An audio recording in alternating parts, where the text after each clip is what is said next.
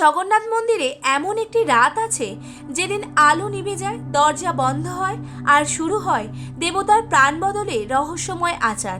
এই রাতের নাম নবকলেবর। পুরীর দেবতারা কিন্তু পাথরের নয়, তারা তৈরি কাঠ দিয়ে। প্রতি 12 থেকে 19 বছর পর পুরনো মূর্তিকে বদলে দেওয়া হয় নতুন রূপে। এই বিশেষ আচারকেই বলে নবকলেবর। এই আচারেই পুরনো দেহ থেকে নতুন মূর্তিতে প্রাণ স্থানান্তর করা হয়, সম্পূর্ণ গোপনে, অলৌকিক নিয়মে। সেই রাতে মন্দিরের সব আলো নিভে যায়, কেউ থাকে না বাইরে, শুধু নির্দিষ্ট কয়েকজন পুরোহিত। তাদের চোখ বাঁধা থাকে কাপড়ে, কারণ বিশ্বাস করা হয় যারা ব্রহ্ম পদার্থ দেখেন তারা দেহ ও মন সামলাতে পারেন না। শোনা যায় যেই মুহূর্তে প্রাণ স্থানান্তর করা হয়, চারপাশে বইতে থাকে এক অদ্ভুত বাতাস। মন্দিরের ভেতর থেকে ভেসে আসে কান্নার আওয়াজ।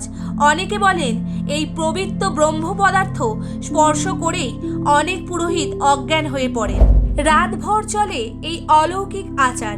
সকালে খুলে যায় মন্দিরের দরজা, দেখা যায় পুরনো মূর্তি চলে গেছে, এসেছেন নতুন জগন্নাথ। কিন্তু কিভাবে, কি ঘটেছিল সেই রাতে, সে গল্প থেকে যায় গুজবে, বিশ্বাসে, কিংবদন্তিতে। আপনি যদি কোনোদিন পুরীতে থাকেন, সেই রাতে মনে হবে ঈশ্বর যেন আপনার চোখের আড়ালে নিজেই রচনা করছেন এক নতুন অধ্যায়। ভিডিও ভালো লাগলে লাইক দিন, শেয়ার করুন।